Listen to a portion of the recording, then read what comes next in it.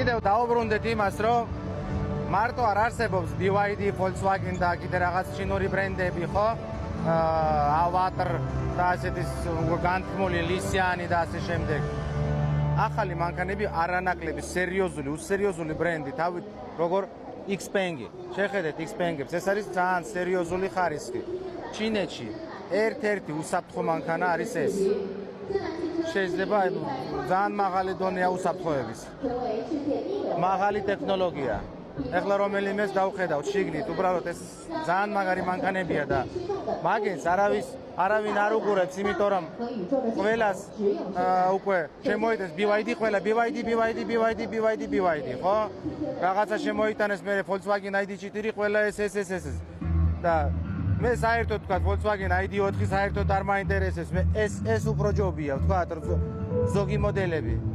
მაგრამ ამათ ეხლა უფრო დახვეწილი მოდელებია, უფრო აი სერიოზული რაღაცეებია, Xpeng თან არც ვიტყვი რომ ასე იაფიანი არ არის. ნამდვილად, იმიტომ რომ ძალიან სერიოზული ბრენდია.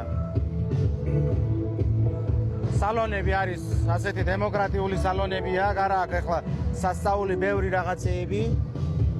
მაგრამ ტექნოლოგია ზოგადად აქ ეკრანის მეშვეობით ყველა გათბობები, გაგრილები და ასე შემდეგ. დავაკვირდით სხვა ბრენდებსაც დავაკვირდით და კომპანიები მით უმეტეს ვისაც უნდა რომ ცოტა გამოირჩიოს და თავის კონკურენციიდან გამოვიდეს და შევიდეს ექსკლუზივებში. აი ახალი სხვადასხვა IP7 სხვადასხვა ბრენდები შემოიტანეთ და იყავით ბრენდის წარმომადგენლები ან შემომტანი მაინც ამჟამად ხო ჯერჯერობით, იმიტომ რომ წარმომადგენლობა არ არის მარტივი საქმე. შეხედეთ. აგე ყველაფერი ეკრანი აქვს, ძალიან მაგარი ავტომობილებია. ძალიან სერიოზული ავტომობილებია, კროსოვერები, სედანები, ბევრი არჩევანი აქვს ამ ბრენდს. ისეთი არჩევანი არ აქვს როგორც BYD-ს. BYD-ს ხაზში არის 100-ზე მეტი მოდელი. წარმოიდგინეთ.